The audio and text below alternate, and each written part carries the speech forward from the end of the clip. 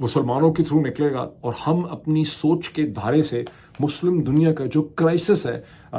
اس کا ہم حل نکالنے کی کوشش کریں گے. اب اسی حوالے سے کہ اس سے پہلے کہ میں پاکستان اور دنیا کی پولیٹیکل ڈیولپمنٹس کی طرف چلوں، میں آپ کو یہ بتاؤں کہ گزشتہ کوئی تقریباً 2 دن سے میرے ہاتھ میں ایک نئی بہت ہی خوبصورت بڑی زبردست کتاب آئی ہے جس کا عنوان ہے، انفارچونیٹلی اس وقت میں آپ کو اسکرین پہ دکھا نہیں سکتا، اس کا میں کسی ویڈیو میں آپ کو دکھاؤں گا، جس کا ٹائٹل ہے a history of the Muslim world from origins to dawn of modernity. یعنی پری اسلامک جو عربیہ ہے وہاں سے یہ کتاب شروع ہوتی ہے، اور یہ 18ویں صدی میں جب مغرب جو ہے وہ مسلم دنیا کو اوورٹیک کر لیتا ہے، اسے قابض ہو جاتا ہے اور مسلم دنیا کو شکست ہو جاتی ہے in terms of the ideas, یہ وہاں تک یہ کتاب جو ہے آتی ہے. یہ پروفیسر مائیکل کک نے لکھی ہے، انہوں نے دنیا اسلام کے اوپر بہت زیادہ کام کیا ہے. میں نے ابھی تک اس کے کوئی تقریباً 10% 11% یعنی 100 صفحے میں نے اس کے پڑھے. 1000 صفحات کی کتاب ہے، اور یہ ایونٹ سے زیادہ اس کا فوکس جو ہے وہ آئیڈیاز کی ایولیوشن کے اوپر ہے.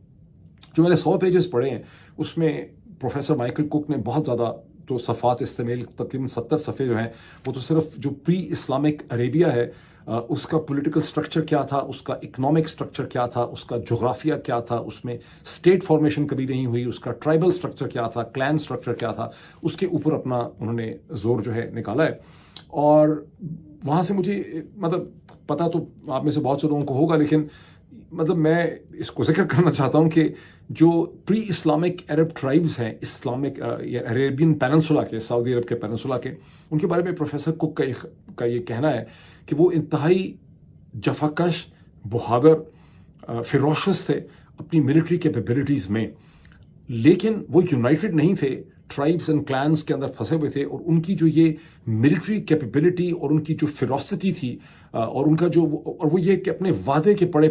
پکے ہوتے تھے، یعنی پلیج وہ خون سے لکھتے تھے، اور اپنے پلیج میں اپنے حلیف اور اپنے حریف کے حوالے سے ان کا جو پلیج ہوتا تھا اس پہ وہ کاربند رہتے تھے، اور یہ ان کا ایک سینس آف آنر جو ہے ان کا تھا. اور ان کی جو یہ طاقت اور فیروسٹی ہے اس کو استعمال کرتی تھیں Roman empire and Persian empire ایک دوسرے کے خلاف، جہاں پر وہ سب سے جو فیروشس آپ کہہ لیں کہ بیٹل فارمیشن ہوتی تھی وہ ان عرب سولجرز کی ہوتی تھی جو عربین پیننسولا سے جن کا تعلق تھا. تو پھر جو مسلم سویلائزیشن میں جو اسلام کے آنے کے بعد فرق کیا پڑا بنیادی طور پر، جو بنیادی فرق ہے کہ according to professor Michael Cook, اسلام نے انہیں متحد کیا اور انہیں ایک نئی سینس آف پروفٹ نے، میں پیس بی اپون ہم، انہیں ایک نئی سینس آف آئیڈینٹی دی، ایک نئی sense of identity of believers, اور یہ جو اور ایک امہ کا تصور جو ہے وہ سامنے آیا پہلی دفعہ. اور پھر اسی کتاب میں اب تک جو میں نے 100 صفحے پڑھے ہیں اس میں ریاست مدینہ کی بھی بہت سی ڈسکشن ہے. مجھے بڑی انٹرسٹنگ لگی وہ ساری چیز، اور کیسے ریاست مدینہ عربین پیننسولا کی پہلی فارمل اسٹیٹ تھی. اس سے پہلے صدیوں تک وہاں پر کوئی اسٹیٹ کا اسٹرکچر نہیں تھا، وہاں کی تمام تر آبادی جو ہے وہ ٹرائبس اور اس کے سب کلینس کے اندر بٹی ہوئی تھی. میں نے ایک بڑا انٹرسٹنگ کنٹراسٹ بھی یہاں پہ دیکھا، اور وہ کنٹراسٹ یہ ہے کہ جنہیں ہم عرف عام میں کفار مکہ کہتے ہیں، جو بیسکلی جنہیں یہ کتاب قریش کے طور پہ آئیڈینٹیفائی کرتی ہے، بس مسلمانوں کو سپریس کرنے کی، ٹوٹل ٹیرنی کرنے کی یا ان کو تباہ کر دینے کی ان کے پاس طاقت جو ہے وہ نہیں تھی. جو مجھے بڑی عجیب لگی کہ کیوں نہیں تھی ان کے پاس اس لیے نہیں تھی. اور اس کا کنٹراسٹ میرے ذہن میں آیا کہ جس طرح سے گزشتہ 3 برس میں پاکستان میں چند جرنیلوں نے اور شریف زرداری خاندان نے اپنی اپوزیشن اور اس کے آئیڈیاز کو سپریس کرنے کے لیے انہوں نے ہر ممکن ٹیرنی کی ہے اور جبر کیا ہے. یہ سو کالڈ کفار مکہ یا میکنز یا جو قریش ہیں، ان کے پاس یہ ایبلٹی نہیں تھی. ان کے پاس یہ ایبلٹی کیوں نہیں تھی؟ ناٹ دیٹ کہ وہ کوئی اچھے تھے اور یہ ان سے زیادہ برے ہیں. ان کے پاس یہ ایبلٹی اس لیے نہیں تھی کہ ان کا جو ٹرائبل آرکیٹیکچر تھا اس کے اندر ایک حد سے آگے نہیں جایا جا سکتا تھا. ایک بیلنس آف پاور، جس کا میں ہمیشہ ذکر کرتا ہوں، بیلنس آف پاور ایگزسٹ کرتا تھا. بیکاز ہر ٹرائب کے اندر کلینس تھے. ایک کلین اپنے جو اس کے ممبرس تھے کلین کے، اگر وہ مسلمان ہیں ان کے اوپر وہ بہت ظلم کر سکتا تھا، لیکن کوئی کلین دوسرے کلین کے لوگوں کے اوپر ہاتھ نہیں اٹھا سکتا تھا. یہ ان کی ایک اسینشیل قسم کی لمیٹیشن تھی. اور حضور محمد میں پیس بی اپون ہم کے سلسلے میں تو ان کے چچا ابو طالب جو ہیں، جب تک وہ زندہ تھے، انہوں نے بنو ہاشم کے اوپر یہ ایک کنڈیشن رکھی ہوئی تھی کہ وہ پروفٹ کو نقصان نہیں پہنچا سکتے. اسی لیے جو ہجرت کا بیک گراؤنڈ ہے اس کے اندر ابو طالب کی جب ڈیتھ ہوتی ہے تو اس کے بعد جو پاور ڈائنامکس ہیں مکہ کے وہ ڈسٹرب ہونے لگ جاتے ہیں. اس کے بارے میں اور بھی بہت سی چیزیں آپ سے شیئر کروں گا. ایک چیز اور میں کہہ دوں کہ ہمارے پاکستانی مسلمانوں کے حالات اتنے خراب ہو چکے ہیں, دگردوں ہو چکے ہیں کہ ہم اسلام کے بارے میں کتنی ہی سنسیئرٹی کے ساتھ بات ہی کیوں نہ کرنا چاہیں, اس کو ڈسکشن تو ہمیں ساتھ ہی ڈر لگا رہتا ہے کہ ہمارے کسی جملے کے اندر سے کوئی چیز نکال کے ہی ہم پہ کوئی الزام لگا دیا جائے گا. جس طرح سے آپ نے دیکھا کہ سمن لائک عمران خان, جیسے سمن لائک عمران خان کی 2022 کی ایک تقریر کو کس طرح سے شریف خاندان کے جو منافق تھے یا کانسپریٹرز تھے انہوں نے استعمال کیا بلیسفیمی کا ایک چارج بنانے کے لیے, اور جو اس کے بعد former prime minister of Pakistan پہ نومبر 2022 میں قاتلانہ حملہ کیا گیا, اس کا جواز بھی بلیسفیمی بنایا گیا کیونکہ وہ شوٹر ایک ٹرینڈ شوٹر تھا اور آج تک اس کا نہیں پتہ چلا کہ کیا ہوا. اب تھوڑا سا پاکستان کی پالیٹکس کی طرف آ جاؤں, جہاں ابھی تک شریف خاندان کے جو منافق ہیں وہ یہ نوحہ خوانی کر رہے ہیں کہ عمران خان نے 2 دن پہلے امریکن جریدے ٹائمز کے اندر ان کا جو آرٹیکل چھپا ہے یہ انہوں نے پاکستان کے خلاف ایک سازش کی ہے, پاکستان کو نقصان پہنچایا. تو میں نے وہ آرٹیکل پڑھا ہے, ایک بہت ہی خوبصورت بیوٹیفلی ریٹن پیس ہے جو جس کسی نے بھی ایڈٹ کیا ہے. ظاہر آئیڈیاز عمران خان کے ہیں لیکن اس کی جو بھی لینگویج جس نے بنائی ہے اس نے کمال کر دیا ہے, اور جو انٹرنیشنل سینسبلٹی ہے اس کے حوالے سے انہوں نے اس کو تحریر کو شیپ کیا ہے جو بیسکلی انٹرنیشنل کانشیسنس کو اپیل کرتی ہے. اور اس کے اندر عمران خان جو ہیں وہ یہ بیسکلی ان کا پوائنٹ یہ ہے کہ پاکستان میں جو کچھ ہو رہا ہے, پاکستان ریجنل سیکیورٹی کے حوالے سے اور دنیا کے حوالے سے, گلوبل سیکیورٹی کے حوالے سے ایک اہم جگہ ہے کیونکہ دنیا انٹرڈیپینڈنٹ ہے. اور جس طرح سے پاکستان میں جمہوریت کا قتل کیا گیا ہے اور جو کچھ پاکستان میں ہوا ہے, ہر وہ ذی شعور شخص جو گلوبل سیکیورٹی میں, گلوبل گورننس کے اندر انٹرسٹڈ ہے اور اس کو سمجھتا ہے, اسے اس کے بارے میں کنسرن ہونا چاہیے. ایک اس میں سے نئی چیز میں نے دیکھی, نئی چیز تو نہیں, ہمیں پتہ ہے اس کا, ہم درجنوں دفعہ ذکر کر چکے ہیں اسلام آباد کے میسیکر کے حوالے سے. پی ٹی آئی اور سو کالڈ یہ جو حکومت ہے فارم 47 اس کے درمیان مذاکرات کے حوالے سے. لیکن نئی چیز اس میں یہ ہے کہ بلیک اینڈ وائٹ کے اندر ایک جملے میں عمران خان نے یہ تحریر کیا ہے کہ اسلام آباد کے میسیکر کے بعد بھی انہوں نے حکومت سے مذاکرات کے پروسیس کو انہوں نے ہونے دیا, باوجود اس کے کہ جس طرح سے شفاقانہ طور پہ عمل کیا گیا اس کے بعد شاید یہ نہیں ہونا چاہیے تھا. لیکن جو ان کو آفر کیا گیا وہ ان کو یہ آفر کیا گیا کہ آپ کو ہم ہاؤس اریسٹ کرتے ہیں, آپ کے گھر میں آپ کو شفٹ کر دیتے ہیں, اور پاکستان تحریک انصاف کو ایک جنہوں نے کہا ہے ایمبیگوس پولیٹیکل سپیس دی جا سکتی ہے. یعنی اس پولیٹیکل سپیس کو کسی قانون قاعدے سے ڈیفائن نہیں کیا گیا بلکہ ایک مبہم قسم کی انڈیکیشن دی گئی, ناٹ کلیئر, کہ آپ کو ایک پولیٹیکل سپیس دے دی جائے گی, اور اسی وجہ سے میں نے اسے ریجیکٹ کر دیا. میں اس کے حوالے سے مزید ڈسکشن کروں گا, اگلے دن کہیں پہنچنا بھی ہے. دیکھیں اس وقت جس وقت میں بول رہا ہوں اس وقت لندن میں یورپینز کا ایک بہت ہی امپورٹنٹ سمٹ ہو رہا ہے یوکرین کے حوالے سے. یہ بہت ہی غیر معمولی قسم کا سمٹ ہے جس میں سمٹ میٹنگ ہے, جس کے بعد برسلز میں ایک اور سمٹ میٹنگ ہونی ہے یوکرین اور یورپین سیکیورٹی کے حوالے سے, جہاں پر ایک باقاعدہ بلو پرنٹ بنایا جائے گا یورپین سیکیورٹی کا اور پھر اس کو امریکہ کے ساتھ شیئر کیا جائے گا. اس کی سگنیفیکنس یہ ہے کہ 1 درجن سے زیادہ یورپین جو ہیڈ آف دا اسٹیٹس ہیں, ٹاپ اسٹیٹس مین ہیں, وہ یہاں پر اکٹھے ہوئے, اور سنڈے کے دن, اتوار کے دن انہوں نے یوکرین کے پریزیڈنٹ ولادیمیر زیلنسکی کو بہت ہی وارملی امبریس کیا. اس سے پہلے آپ دیکھ چکے ہیں کہ تقریباً 30 کے قریب جو یورپین اسٹیٹسمین یا فارن منسٹرز ہیں ان کی بہت اسٹرانگ اسٹیٹمنٹس ایمرج ہوئیں ولادیمیر زیلنسکی کے ساتھ جو کچھ ڈونلڈ ٹرمپ نے کیا اس کے کرٹیکل, اور انہوں نے زیلنسکی کو اور یوکرین کو اس میں انہوں نے سپورٹ کیا. یہ ایک امپورٹنٹ مومنٹ ہے. یو کے جو پرائم منسٹر ہیں سر کیئر سٹارمر, وہ ایک بڑے طاقتور لیڈر کی حیثیت سے گزشتہ 48 گھنٹوں میں انہوں نے ایمرج کیا ہے. جب انہوں نے ولادیمیر زیلنسکی کو لندن میں ویلکم کیا, امبریس کیا, اس نے کہا you are very very warmly welcomed in United Kingdom, اور اس کے بعد تقریباً $3 بلین کا ایک لون ایگریمنٹ جو بنیادی طور پہ رشیا کے جو سیزڈ ایسٹس ہیں وہ اس کی بیسس پہ جو ہے وہ یوکرین کو وہ لون دیا گیا, اور یہ سیز ایسٹ جو ہے میرے خیال لندن کے فائنینشیل انسٹیٹیوشنز میں موجود ہیں, اور وہ کیا گیا. تو وہ ایک لیڈر کی حیثیت سے وہاں پہ ایمرج ہوئے ہیں. اور خوش قسمتی امریکہ کی یہاں پر یہ ہے کہ برطانیہ کے امریکہ کے ساتھ بہت ہی اسپیشل ہسٹورک ریلیشن شپ ہیں. امریکہ نکلا ہی برطانیہ کے وطن سے ہی نکلا ہے امریکہ, تو ادروائز اگر یہ وینیو لندن نہ ہوتا, یہ وینیو اگر جرمنی میں کہیں پہ ہوتا یا فرانس میں ہوتا تو امریکہ کو اس سے بھی کہیں زیادہ پریشانی ہونی چاہیے تھی. بہرحال یہ برٹن میں ہے, اور اس میں جو لوگ پریزنٹ ہیں اس میں جرمن اسٹیٹس لیڈرشپ ہے، اس میں فرینچ لیڈرشپ ہے، اس میں اٹالین لیڈرشپ ہے، اس میں نارویجین لیڈرشپ ہے، اس میں ساری لیڈرشپ وہاں پہ موجود ہے ڈنمارک اٹلی کی. اور اس میں ترکی کے صدر ایردوغان بھی موجود ہیں، جو اگر آپ دیکھیں گزشتہ چند ہفتوں میں تو وہ ہر طرف کھیلنے کی کوشش کر رہے ہیں. چند دن پہلے انقرہ کے اندر رشینز اینڈ امریکنز کی میٹنگ بھی وہیں پہ کروائی گئی، اور اس وقت وہ یہ بھی پچ کر رہے ہیں کہ یوکرین کے حوالے سے جو اگلی سمٹ میٹنگ ہوگی، جس طرح سے مارچ 2022 میں ترکی میں ہوئی تھی، اس میٹنگ کو ترکی میں ہونا چاہیے. یہ جو پالیٹکس آف لیوریجنگ ہے، اس کے اوپر بھی میں ایک ویلاگ کروں گا، کیونکہ سعودی عرب اور ترکی دونوں ڈفرینٹ ڈائریکشن سے اپنے آپ کو لیوریج کر رہے ہیں، اور اس لیوریجنگ کے ہر ایکٹ کے ساتھ سعودی عرب اور ترکی کی امپورٹنس جو ہے وہ گلوبل سین میں بڑھتی چلی جاتی ہے. جہاں پاکستان کی آئسولیشن بڑھتی چلی جاتی ہے، وہاں ان کی انٹیگریشن اور ان کی امپورٹنس جو ہے وہ بڑھتی چلی جاتی ہے. اب ایردوغان جو ہیں انہوں نے گزشتہ 48 گھنٹوں کے اندر ایک اور بھی بہت بڑی امپورٹنٹ چیز انہوں نے اچیو کی،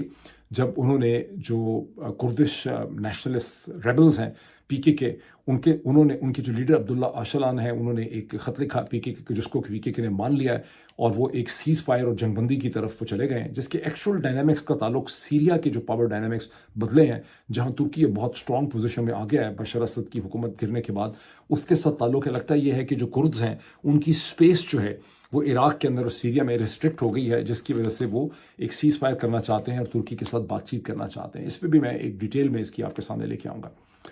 اب جو امپورٹنٹ چیز ہے لندن سمٹ کے حوالے سے کہ گزشتہ 48 گھنٹوں میں جس طرح سے مجھے شک تھا، آپ میں سے اکثر لوگوں نے شاید اس کو اس طرح سے گریسپ نہیں کیا تھا، ڈونلڈ ٹرمپ اور امریکہ کی جو اوور آل پوزیشن ہے، خاص کر کے پریزیڈنٹ ڈونلڈ ٹرمپ کی، اس کو بہت بڑا دھچکا لگا.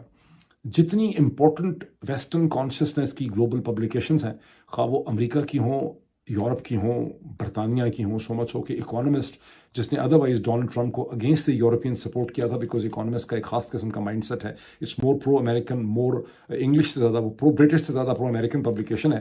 اس نے بھی بہت ہی شارپلی پتہ نہیں 2 چھپے ہیں جس میں انہوں نے ڈونلڈ ٹرمپ کو آئسولیشنسٹ کے طور پہ دیکھا ہے. One of the most important جو آرٹیکل ہے، اچھا اس میں ایک امپورٹنٹ چیز یہ ہے کہ جو بہت یعنی ڈونلڈ ٹرمپ بیچارے کے ساتھ بڑی زیادتی ہو رہی ہے کہ انہوں نے اپنی جو ساری کی ساری ٹیم اپنے گرد سلیکٹ کی، اپنی جو کیبنٹ ہے اس میں کوئی بھی سیاسی طور پہ جہاندیدہ نہیں ہے. فارنس ایلان مسک کو دیکھ لیں، جو ان کے جو وائس پریزیڈنٹ ہیں، اگر آپ ان کو دیکھیں جے ڈی وینس کو، تو انہوں نے یہ ثابت کر دیا ہے کہ ان کا سارا کیریئر اوشا نے ہی بنایا ہوگا، ان کی بیوی نے، بیکاز ان کے تو کھوپڑی بالکل کام نہیں کرتی وائس پریزیڈنٹ کی. یہ امریکہ کی تاریخ کا پہلا وائس پریزیڈنٹ ہے جس کے بارے میں امریکہ کے اخبار لکھ رہے ہیں کہ he has been used as an attack dog. اور ان کا جو رول تھا وائٹ ہاؤس کی میٹنگ میں وہ بہت ہی ان ایکسیپٹیبل، بڑا ہی گندہ قسم کا ان کا رول تھا. یہ وائس پریزیڈنٹ کا رول کبھی امریکہ میں رہا نہیں ہے. لیکن ایلون مسک جنہوں نے 24 گھنٹے پہلے اپنے 14ویں بچے کا اعلان کیا ہے، اینڈ ٹیسٹوس ڈریون یہ مین ہے، ٹیسٹوسٹیرون ڈریون یہ کیریکٹر ہے، اس کو بھی وہ ٹیکنالوجی کی حد تک جینیس ہے، لیکن انٹرنیشنل پالیٹکس میں وہ بالکل نابلد ہے. تو یہ سارے کے سارے کیریکٹر ڈونلڈ ٹرمپ نے اپنے گرد اکٹھے کیے ہوئے ہیں. اس میں جو سین وائس آپ کو نظر آتی ہے وہ سیکرٹری اسٹیٹ مارکو روبیو کی ہے، جو ایک جہاندیدہ پولیٹیشین ہیں، وہ ایک سٹیج پہ پریزیڈنشل کینڈیڈیٹ بھی تھے. اب تمام امریکہ کے پولیٹیکل سسٹم کی نگاہیں سیکرٹری اسٹیٹ مارکو روبیو پہ ہیں. وہ کس طرح سے ایک سینٹی انسٹل کرتے ہیں اس پریزیڈنشل کیمپین میں، بیکاز جو کچھ ہوا زیلنسکی کے ساتھ، اس میں Zelensky has emerge as a hero in the western world and Donald Trump has emerge as a villain. Thomas Friedman جو نیو یارک ٹائمز بلکہ امریکہ کے بہت ہی انفلوئنشل کالمنسٹ ہیں، ان کے کالم کا عنوان ہی یہی ہے کہ 250 برس کی امریکن تاریخ میں کبھی کسی پریزیڈنٹ نے یہ نہیں کیا، کبھی کسی پریزیڈنٹ کے ساتھ یہ ہوا نہیں ہے. اس میں انہوں نے یہ بھی لکھا، چھوٹا سا ان کا کالم ہے، آپ پڑھیں اس کو جا کے، تھامس فریڈمن کا یہی عنوان ہے اس کا، 250 years no president has done this or seen this. اس میں وہ کہتے ہیں کہ مجھے امید ہے کہ ڈونلڈ ٹرمپ رشین ایجنٹ نہیں ہیں، لیکن کم از کم ٹیلی ویژن کا انہوں نے ثابت کیا ہے کہ وہ روس کے ایک ایجنٹ ہیں. اور یہ جو بازگشت ہے یہ ڈونلڈ ٹرمپ کے لیے بہت ہی غیر مناسب اور نقصان دہ. اب روس نے اس کا بہت فائدہ اٹھایا. روس کے جو صدر پریزیڈنٹ پوٹن ہے ان کی باتیں کھلی ہوئی ہیں، ان کی پوری ٹیم بہت خوش ہے، اور ان کی ٹیم جو ہے ایک بار پھر ان کی جو May 9 کی وکٹری پریڈ ہے اس میں گلوبل لیڈرشپ کو بلانے کی بھی کوشش کر رہی ہے، apart from enjoying what ever happened in white house. اور لیکن وہاں پہ رشیا کا جو PR چیلنج ہے کہ یوکرین کی جنگ کے بعد سے وہاں جاتا کوئی نہیں ہے. انہوں نے بلانے کو تو ہندوستان کے پرائم منسٹر نریندر مودی کو بھی بلایا ہوا ہے، چین کے